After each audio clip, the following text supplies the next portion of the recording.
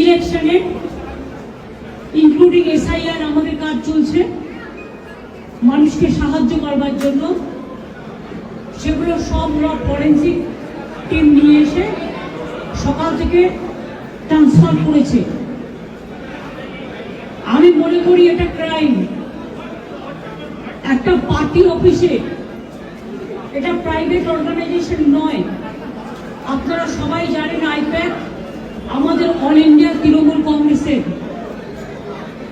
এটা আমাদের authorised team, এবং সেই অথরাইজড টিমের কাছ থেকে সব কাগজ ছিনিয়ে নেওয়া, সব লুট করা, এবং কাগজ টেবিলগুলো পুরো ফাঁকা পড়ে রয়েছে। तो सब सीमा उल्लंघन कर दिया।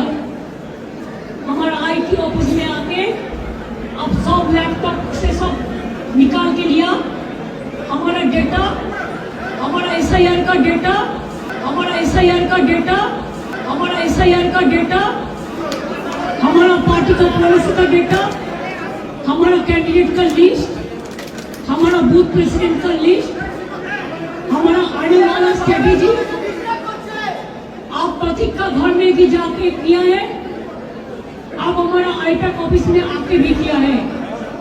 I think it is an insult to all the IT sector, because all the IT sector they are working for somewhere, for someone,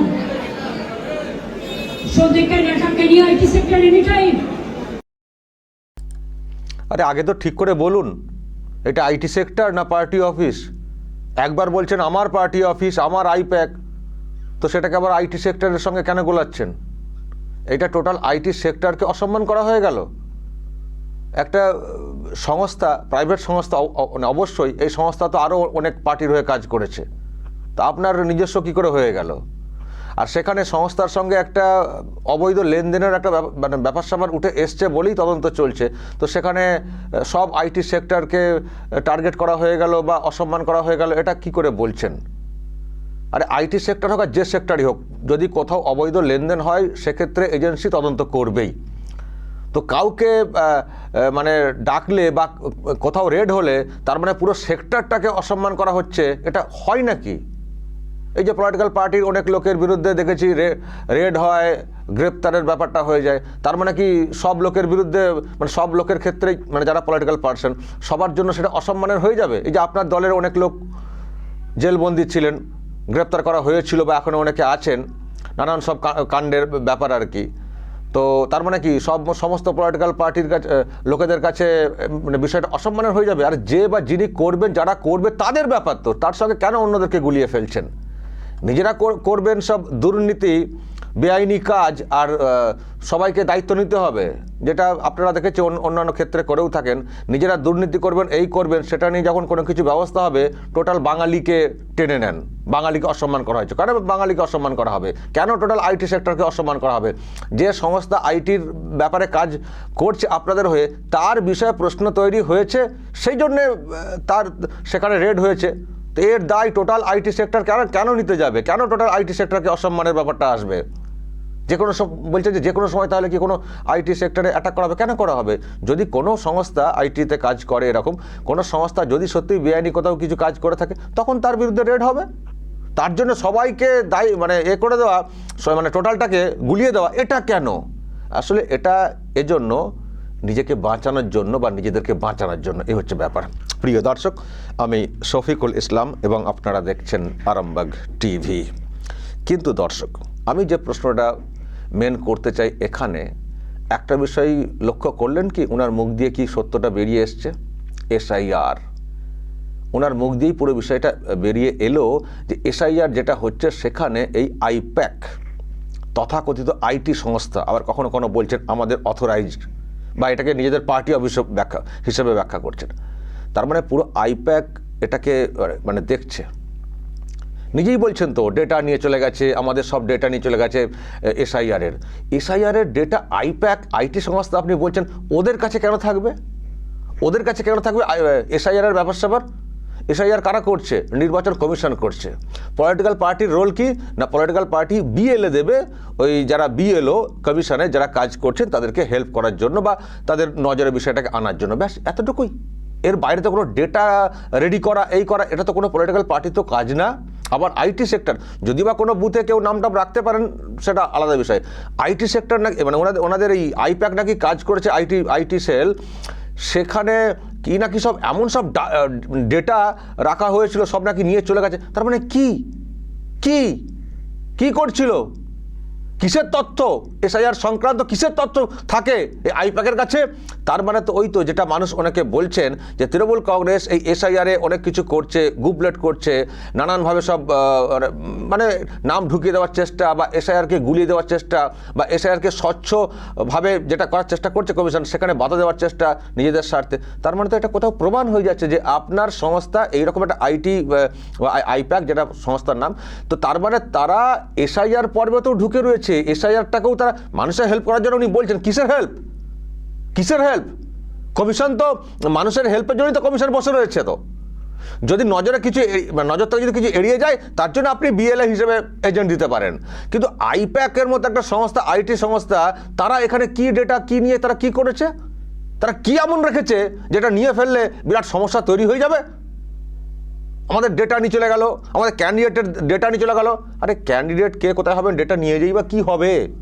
আপনার কাকে কোথায় প্রার্থী করবেন সেটা জেনেই বা আগে থেকে কি হবে? আর কি ওতে কি গুরুত্ব আছে? বুথ লোক কি বুথ কর্মীর ডেটা কি আছে, ওটা কি এমন ইম্পর্টেন্ট যেটা নিয়ে চলে গেলে একবারে হাই অবস্থা হয়ে যাবে? আসল বিষয়টা খুলে বলুন, আসল বিষয়টা খুলে বলুন, সমস্যাটা কোথায় কোথায়। আমি এটুকু বুঝতে পারছি এসআইআর সংক্রান্ত যে ডেটা বলা হচ্ছে এটা অবশ্যই একটা উদ্বেগের ব্যাপার, মানে এখান থেকে পরিষ্কার হয়ে যাবে যে কি করতে চেয়েছেন এসআইআর এর ব্যাপারে। এটা গুরুত্বপূর্ণ। বাকিগুলোর কোনো গুরুত্ব আছে বলে আমার মনে হয় না, ওটা বিরাট কিছু ব্যাপার বলে মনে হয় না। কিন্তু আপনিই প্রকাশ্যে এনে দিচ্ছেন যে আপনার সংস্থা, আইটি সংস্থা আইপ্যাক, তারা এসআইআর নিয়ে কিছু করেছে, এটা আপনি কিন্তু বলে দিচ্ছেন। ফলে মানুষ যে প্রশ্ন তুলছিলেন, অন্যান্য পলিটিক্যাল পার্টি যে প্রশ্ন তুলছিল যে টিএমসি এসআইআর পর্বে নানান সব গুবলেট করার চেষ্টা করছে, নানানভাবে কারসাজি করার চেষ্টা করছে, এটা কিন্তু পরিষ্কার হয়ে গেল আপনার কথাতেই। আমরা ব্যবস্থা দেখতে চাই। এবার দর্শক, উনি তো এত কথা বলছেন, সীমা ছাড়িয়ে গেছে, এই করেছে সেই করেছে, পলিটিক্যালি পারছে না সেই জন্য পলিটিক্যালি এগুলো মানে পলিটিক্যালি পেরে উঠছে না, তাই এরকম রেড করছে আমার সংস্থা ইত্যাদি বলে টলে এসব তো বলেছেন উনি। এবং উনি তো দেখেছেন, আপনারা উনি তো দেখেছেন এর আগে, এটা তো হচ্ছে সেক্টর 5-এ যে অফিস রয়েছে আইপ্যাকের, সেখানে ঢুকে এখনও বসে রয়েছেন। আমি যখন এই ভিডিও তৈরি করছি এখনও বসে রয়েছেন ঢুকে। তার আগে এই আইপ্যাকের যিনি কর্ণধার প্রতীক জৈন, তার বাড়িতে চলে গেছিল, কারণ সেখানেও রেড হচ্ছিল। তো সেখানে ভিতরে ঢুকে খালি হাতে ঢুকেছিলেন আর সবুজ ফাইল হাতে করে বের হয়েছেন এবং সঙ্গে সব হার্ড ডিস্ক আরও মোবাইল টোবাইল কী সব নাকি নিয়ে চলে এসছেন। উনি বলছেন ইডি নাকি চুরি করতে এসছে। ইডি কি চুরি করতে এসছে? ইডি তো যা পাবে লিখিত দেবে, কোনো কিছু সিজ করলে সেটা লিখিত দিয়ে যাবে, সই করিয়ে নিয়ে যাবে। তো ইডি কোথায় চুরি করবে? ইডি কি চুরি করতে পারে নাকি? সিজ করার প্রয়োজন হলে সিজ করবে, সেটা জানিয়ে করবে এবং সেটা ডকুমেন্টেড হয়ে থাকবে। আর আপনি কি করেছেন? যখন এই তদন্ত চলছে, এই বিষয়টা হচ্ছে, সেখানে আপনি ঢুকে ফাইল সব নিয়ে চলে এলেন। তাহলে আপনি কি করলেন এটা? আমি তো দেখছি সোশ্যাল মিডিয়াতে এই যে ফাইলটা হাতে দেখতে পাচ্ছি, এখানে একটা করে দেখছি কেউ লিখে দিয়েছেন। আমি একটা লেখা দেখছিলাম সোশ্যাল মিডিয়াতে এসছে, এই ফাইলটা ঠিক মানে গ্রাফিক্স করে লিখে দিয়েছে, এখন তো লেখা যায় তো কম্পিউটারে, লিখে দিয়েছেন এই ফাইলের ওপরে চোরের পাঁচালি বলে ওই ফাইলটা। তো আপনি অ্যাকচুয়ালি যেটা করলেন এটাই তো লোকে বলবেন ফাইল চোর, বলবেন তো এটা একটা তদন্ত হচ্ছে, আপনি নিয়ে চললেন, বা ছিনতাইকারী, ফাইল ছিনতাইকারী, এটা তো লোকে বলবেন। তো কাকে চোর বলছেন? এত ভয় কিসের আপনার? এত কি এমন গোপনীয়তা বিষয় রয়েছে যে প্রার্থী তালিকা কি এমন ব্যাপার রে বাবা? সবই তো আপনাদের কোম্পানির ব্যাপার। আবারও বলছি, সবের মধ্যে এসআইআরটা একটা ফ্যাক্টর, কিন্তু এটা আপনাদেরকে মানতেই হবে। কিন্তু দর্শক, যখন এরকম পলিটিক্যাল একটা অ্যাঙ্গেল দেওয়ার চেষ্টা করছেন মুখ্যমন্ত্রী, তখন আমি দেখতে পাচ্ছি ইডি তারা কিন্তু একটা প্রেস রিলিজ দিয়েছে। দর্শক দেখুন কি ব্যবস্থাটা, মানে কি বলা হয়েছে ওখানে। আমি একটু বড় করে আপনাদেরকে দেখানোর চেষ্টা করছি। দেখুন, ইডি এই প্রেস রিলিজ দিয়েছে, যেখানে একেবারে কেস উল্লেখ করার চেষ্টা হয়েছে এবং সেই অনুপ মাঝি, লালা, তার সঙ্গে সব লিঙ্ক যে বিষয়গুলো সেগুলোকে ব্যাখ্যা দেওয়ার চেষ্টা হয়েছে। এই যে কয়লার ব্যাপার স্যাপার কোথায় কোথায় সব দেওয়া হতো, বিভিন্ন যে ফ্যাক্টরি কোন কোন এলাকায় এইসব দিয়ে করা হতো, এবং এই যে হাওয়ালা ব্যাপার স্যাপারগুলো আছে সেটা উল্লেখ করা হয়েছে। এবং সেই মতো করে কোথাও একটা কানেকশন পাওয়া গেছে যে আইপ্যাক, এই যে আইপ্যাকের কথা উল্লেখ রয়েছে, যে এর সঙ্গে লিঙ্ক রয়েছে এই টাকা লেনদেনের। দেখুন তো, tens of crores rupees to Indian PAC consulting private limited বলে এসব আছে বলে, দেখুন আইপ্যাকের নাম একেবারে উল্লেখ রয়েছে। এই মানে হাওয়ালা মানি, যে মানি লন্ডারিং যে কেসটা একেবারে আইপ্যাকের ব্যাপারে এটা হয়েছে। তো সেই মতো করে আজকের কথা বলার চেষ্টা হয়েছে যে আজকে পশ্চিমবঙ্গে 6টি জায়গা এবং দিল্লিতে 4টি জায়গাতে মানে রেড চলছে। কিন্তু এখানে যখন রেড চলছিল সেই সময় deputy commissioner of police south Kolkata এবং অফিসার ইনচার্জ সরণি পুলিশ স্টেশন, মানে যেটা বলার চেষ্টা হয়েছে যে তারা সব এসে সব আইডেন্টিটি যাচাই করলেন, তারপরে সব ব্যাখ্যা দেওয়া হলো। যারা ওখানে এসছেন ইডির অফিসাররা, তারাও তাদের মতো করে সব ব্যাখ্যা টাখ্যা দিয়েছেন। কিন্তু ইন দ্য মিন টাইম সেখানে মুখ্যমন্ত্রী মমতা বন্দ্যোপাধ্যায় তিনি ঢুকে পড়লেন একটা বড় সংখ্যার পুলিশকে নিয়ে, তিনি সেখানে ঢুকে পড়লেন। মানে প্রতীক জৈনের যে বাড়ি সেখানে ঢুকলেন। তারপর সব অনেক সব মানে এভিডেন্স, কি evidence including physical documents and electronic devices, মানে এসব ডকুমেন্ট, ইলেকট্রনিক ডিভাইস এসব নিয়ে উনি তো নিজেই বলেছেন হার্ড ডিস্ক নিয়ে চলে যাচ্ছে, মুখ্যমন্ত্রী নিজেই বলেছেন, ফোন টোন উনি নিয়ে চলে গেলেন। তারপর আবার ওই যে আইপ্যাকের যে অফিস আছে সেই অফিসেও ওখানে ঢোকা হয়েছে। ওখানেও যারা মানে পুলিশ পার্সোনাল আছেন তারা সব জোর করে কাগজপত্র সব নিয়েছেন, সেই কথা কিন্তু উল্লেখ করা হয়েছে। তারপরে যেটা বলার চেষ্টা হয়েছে, যেটা যা হচ্ছে মানে এখানে তদন্তে বাধা দেওয়া হচ্ছে। এই যে পিএমএলএ যে আমাদের সিস্টেমটা আছে, আইন আছে, ল আছে, বা তদন্তের যে ব্যাপারগুলো আছে সেই অনুযায়ী যে কাজটা হচ্ছে এটা অ্যাকচুয়ালি সেটাকে বাধা দেওয়ার চেষ্টা হচ্ছে। তারপরে যেটা বলার চেষ্টা হয়েছে যে এর সঙ্গে মানে পলিটিক্যাল কোনো ব্যাপার স্যাপার নেই, দেখতে পাচ্ছেন। মানে এখানে টোটালটাই হচ্ছে এই যে মানি লন্ডারিং যে কেসটা সেই অনুযায়ী এটা হচ্ছে, এর সঙ্গে পলিটিক্যাল কোনো ব্যাপার স্যাপার নেই। এটা কিন্তু ইডি পরিষ্কার করে এই বিবৃতির মাধ্যমে কিন্তু বুঝিয়ে দিয়েছে। সবটাই মানি লন্ডারিং কেস নথিভুক্ত হয়েছিল, হাওয়ালা ব্যাপারটা সামনে এসছে, কোটি কোটি টাকার লেনদেনের ব্যাপার স্যাপার এসছে, সেখানে আইপ্যাকের নামটা উঠে এসছে, সেই মতোই তদন্ত চলছিল। 10টা জায়গায় তদন্ত হচ্ছে, বাংলায় 6টা, দিল্লিতে 4টে। হঠাৎ করে পুলিশের লোকেরা এলেন, খোঁজ খবর নিলেন, আইডেন্টিটি চেক করলেন, আমরাও সব বললাম। তারপরে ঢুকলাম প্রতীক জৈনের বাড়িতে, মমতা ব্যানার্জি এন্ট্রি করলেন একটা বড় সংখ্যার পুলিশকে নিয়ে, এসে সব নিয়ে চলে গেলেন, ফিজিক্যাল ডকুমেন্টস, ইলেকট্রনিক ডিভাইস নিয়ে চলে গেলেন। তারপর অফিসে গেলেন, অফিস থেকেও সব পুলিশের লোকেরা নিয়ে চলে গেলেন। সবটাই হচ্ছে মানে এই পিএমএলএ বিষয়ে তদন্ত, কিন্তু সেখানে বাধা দেওয়া হচ্ছে এটার মাধ্যমে।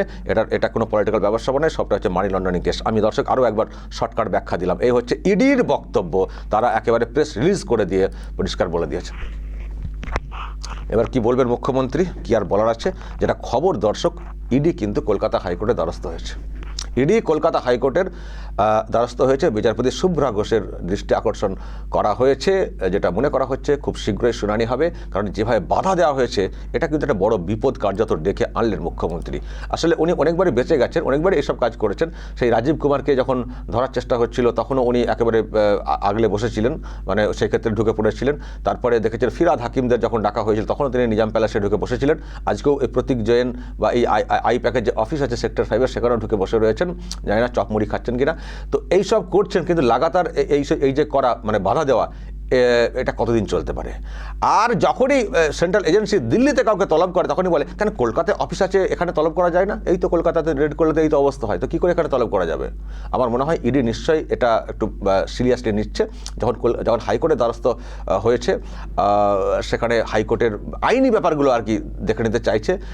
মানে প্রতীক জৈনের বাড়ি থেকে সিজ করা সেরকম কিছু শুনিনি ইডির তরফ থেকে, এরকম কিছু বলা হয়েছে বলে। কিন্তু এটা শুনেছি যে প্রতীক জৈনের বাড়ি থেকে মুখ্যমন্ত্রী যেগুলো নিয়ে চলে গেছেন সেই বিষয়ে বাড়ির লোকেদেরকে দিয়ে কিন্তু একটা সই করিয়ে নেওয়া হয়েছে, যেখান থেকে মুখ্যমন্ত্রী কী কী ছিনিয়ে নিয়ে পালিয়ে গেছেন। ফলে এটা একটা বড় ডকুমেন্ট। এবং এটাও শুনছি ইডির লোকেরা বলেছেন কি আর নেব, যেগুলো নেওয়ার সেগুলো তো নিয়ে পালিয়ে গেছেন মুখ্যমন্ত্রী। ফলে এই যে তারা বলছেন কথাটা, নিশ্চয়ই কোর্টে তো তারা এই কথাটা বলবেন। আশা করা যায় যে কাজ উনি করেছেন, তদন্ত যা হতো সেখানে যা উঠে আসতো, কিন্তু যেভাবে বাধা দেওয়া হয়েছে বা ছিনিয়ে নিয়ে চলে যাওয়াটা হয়েছে, আমার মনে হয় আইন কিন্তু এবার কঠোর হবে, আইন কিন্তু এবার কঠোর হবে এবং হওয়াটা উচিত। এত বড় প্রমাণ এইভাবে ছিনিয়ে নিয়ে একেবারে মাইকে জোর গলায় বলা, মানে চুরি করে এসে আবার বড় গলা। সুতরাং এক্ষেত্রে আইন অন্তত কঠিন হওয়া উচিত এই ক্ষেত্রে। দেখা যাক ইডি যখন গেছে কলকাতা হাইকোর্টে, সেখান থেকে কি আসে উত্তর সেটাই দেখার, এবং তারপর আমরাও দেখব ওনার গলার জোর কতদিন এইরকম জোরালো থাকে। দর্শক বলবেন যদি আপনাদের এই নিয়ে আরও কিছু বলার থাকে অবশ্যই বলবেন দর্শক। এবং SIR কথাটা কিন্তু মুখ ফসকে বেরিয়ে গেছে। মুখ ফসকে কেন, ভিতরের খবরটা চলে এসছে। দর্শক যা বলার বলবেন এবং নজর রাখবেন আরামবাগ টিভিতে।